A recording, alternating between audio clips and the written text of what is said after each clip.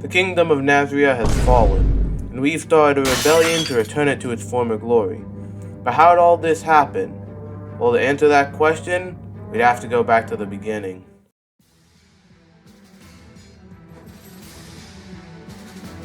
The kingdom of Nasrian was going through some tough times.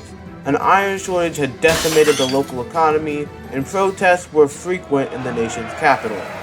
And on the night of May 28th, it all went bad. A man identified as Chase Johnston led a group of protesters into the Nasrian government building.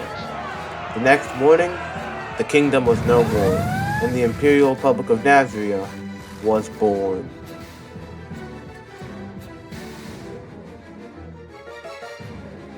After the coup, many in Nasrian were jubilant, but not everyone was happy.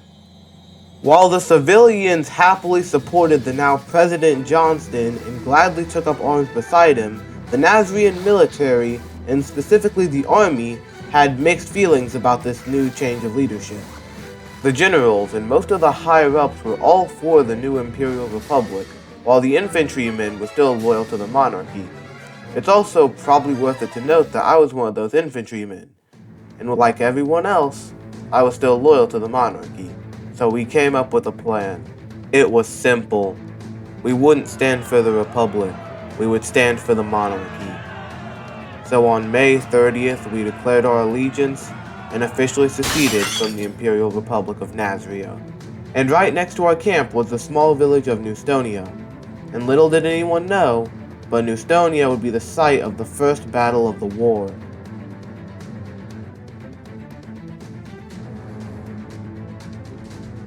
With the former Nasrian army revolting, and the looming threat of the Republic falling before it even has the chance to stand, President Johnston was forced to recruit his militias from the local pro-Republic population, and most of which had no combat experience. This, paired with short training, would result in the Imperial Republic fielding a large but relatively inexperienced force, which would be detrimental to the war effort. And that leads us to Newstonia, a small village right next to our camp. The people that live there are pro-monarchist, which has led to an Imperial militia being stationed there in order to stop them from joining our cause. Newstonia is so close to our camp that we get into frequent shootouts with the garrison there. This couldn't continue, so liberating Newstonia was our first priority. And on the night of May 31st, we struck.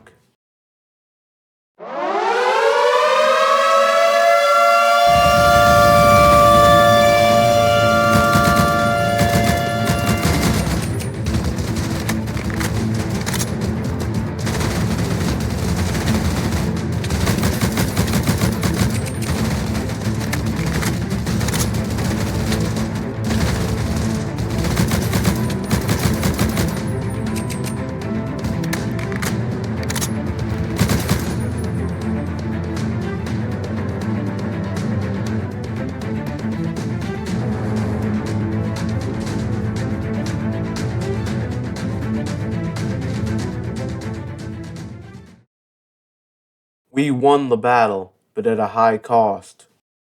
Nearly a third of our attack force was killed or injured, but in the end, Newstonia lay in monarchist hands, and its people have been liberated from the Imperials.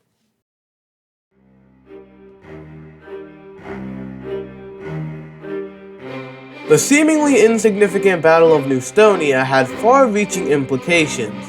The monarchists now had hope that they could restore their nation, and it deeply troubled the Imperials upon realizing that their military failed to repel a rebel force. President Johnston wouldn't stand for this, and he immediately ordered his generals to assault the rebel camp.